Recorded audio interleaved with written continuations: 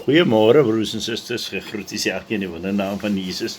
Jy sien vandag sit ek hier met 'n warm klere. Is lekker koud hier in Port Elizabeth en Suid-Afrika. Vandag wil ek aangaan dan weer met nog 'n deel waar ons praat dan oor die allerheiligste plek met die verbondsark daarin. Ons is besig om te kyk na die Tabernakel studies. Hoe dit 'n heenwysing is na Jesus Christus, hoe die voorwerpe daarin gestaan het, al die verskillende goed wat daarin is. Maar voor ons verder gaan, ons vra die seën van die Here.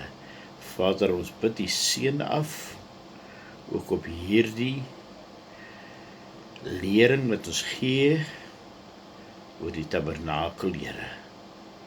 Vandag wil ons praat juis oor daardie plek waar die priester moes inkom om versoening te doen met U, waar U as te ware U mense ontmoet het in die allerheiligste deel. Ons vra, Here, lei my ook in die aflewering van die studies, open ook die ore van elke een. Laat die Gees ook die naprediker daarvan wees, ons bid en vra dit in Jesus naam. Amen. Weereens vriende, mag die Here seën. So as ons gaan kyk na die allerheiligste plek met die verbondsark daarin, dan sien ons dat die verbondsark, wat nou binne in hierdie plek agter die voorhangsel was, onthou, ons het vir gesê dat die tabernakel was 'n plek wat omheind was met wit met 'n wit omheining. Hy het 'n ingang gehad, vierkleurig, en die tabernakel self was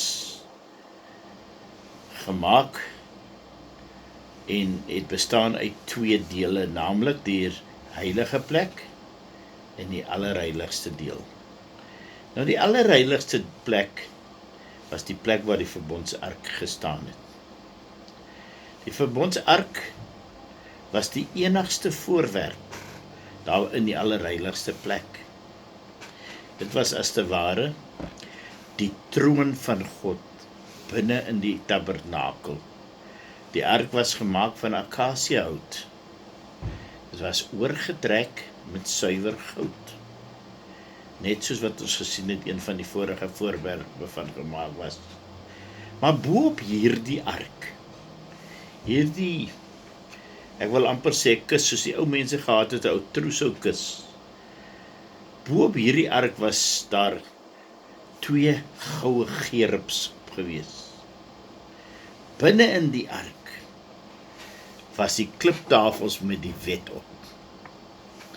Die 10 gebooie, die gebreekte 10 gebooie, was daar binne-in.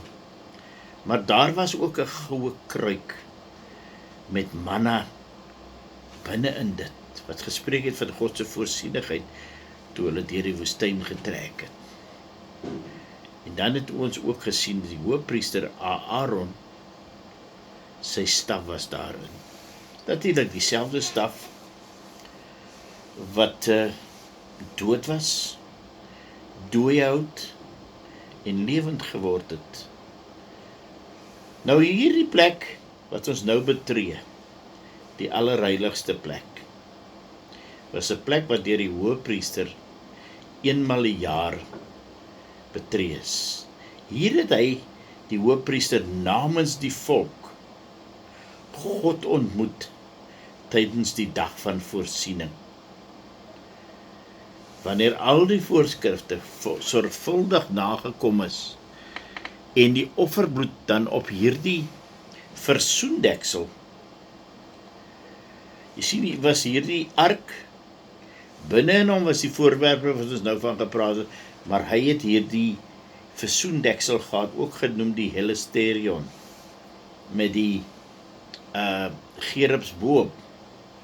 Wanneer al die voorskrifte sorgvuldig nagekom is en die offerbloed op die versoendeksel dan uitgegiet is,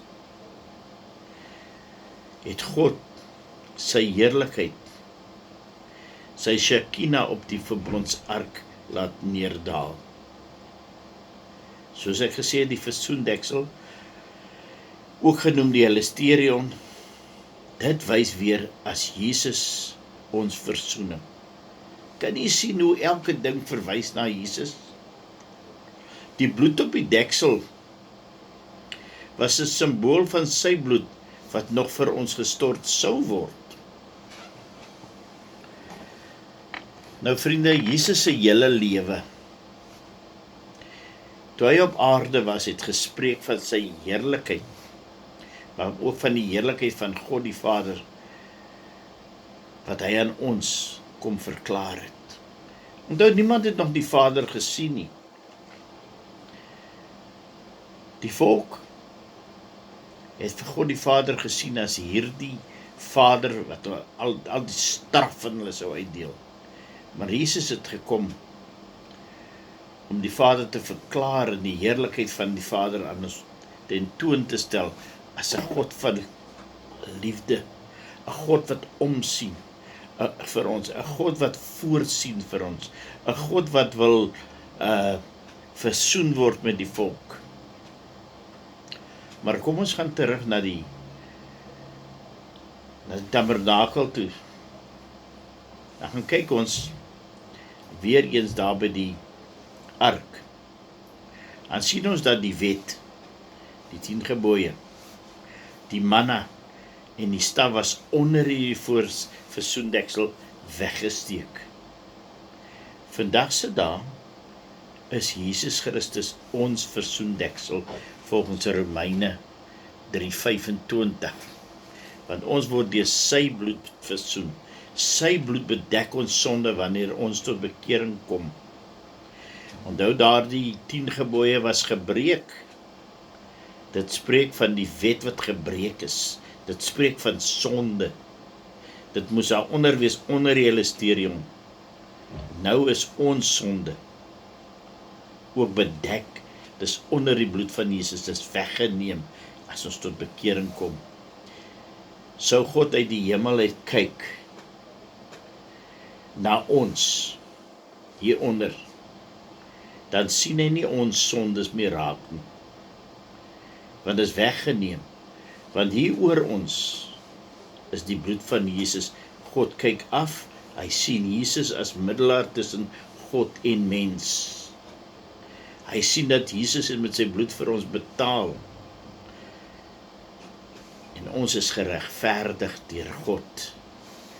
Nou vriende, in opsomming van hierdie wil ek vir u sê, sien ons dat gedurende die volk se reis deur die woestyn, het die Here letterlik daar op 'n lappie grond in die woestyn, in die tabernakel onder sy volk kom woon.